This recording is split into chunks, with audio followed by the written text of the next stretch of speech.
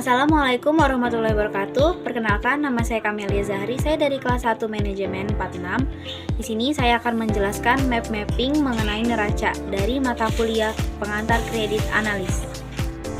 Di dalam akuntansi, neraca artinya laporan posisi keuangan, dan menurut dalam bahasa Inggris yang artinya balance sheet atau statement of financial position, yaitu bagian dari laporan keuangan suatu entitas yang dihasilkan pada suatu periode akuntansi yang menunjukkan posisi keuangan entitas tersebut pada akhir periode tertentu. Neraca terdiri dari 3 unsur, yaitu aset, liabilitas, dan ekuitas, yang dihubungkan dengan persamaan akuntansi, seperti ada aset, liabilitas, dan ekuitas. Unsur-unsur dari neraca yang pertama adalah aktiva.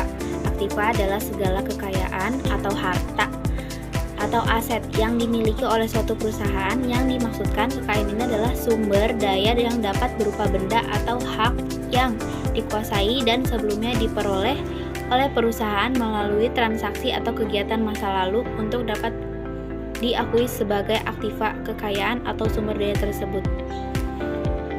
Jenis-jenis aktiva yaitu ada aktiva lancar, current asset, yang artinya aktiva yang diharapkan dapat dicairkan atau diuangkan tidak lebih dari 1 tahun atau siklus satu akuntansi. Aktiva lancar terdiri dari kas, surat berharga, piutang dagang, piutang pendapatan, beban dibayar di muka, perlengkapan, dan persediaan barang dagang.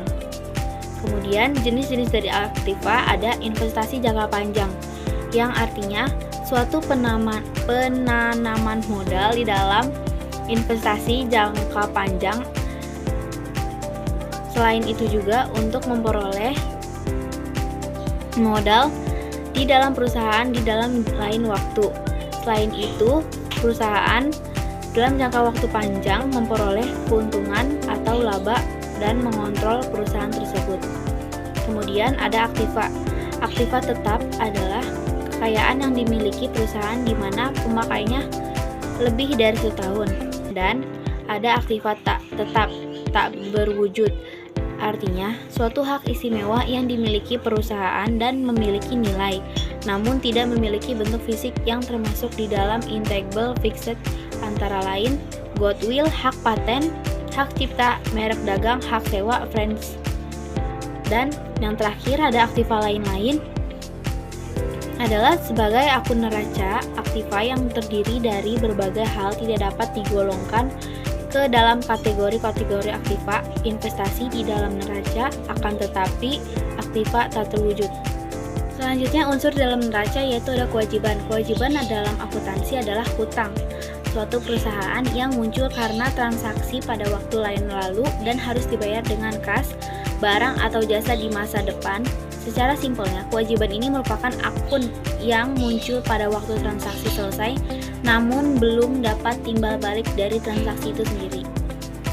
Kewajiban terdiri dari kewajiban lancar, yang artinya lancar, utang jangka pendek.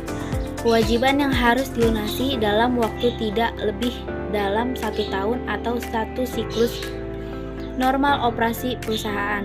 Dan yang kedua ada kewajiban jangka panjang, artinya kewajiban yang harus dilunasi dalam waktu lebih dari 1 tahun, 1 siklus normal operasi perusahaan. Dan ada kewajiban lain-lain, meliputi semua kewajiban yang tidak sesuai untuk diklasifikasikan sebagai kewajiban lancar dan kewajiban jangka panjang. Kemudian ada utang distributor, pinjaman yang diperoleh berdasarkan dari suatu perjanjian subordinasi di mana pinjaman ini baru dapat dibayar kembali apabila perusahaan telah melunasi kewajiban tersebut. Yang terakhir unsur dari neraca yaitu modal. Modal adalah dana yang digunakan untuk membiayai penggunaan aset dalam operasional suatu perusahaan.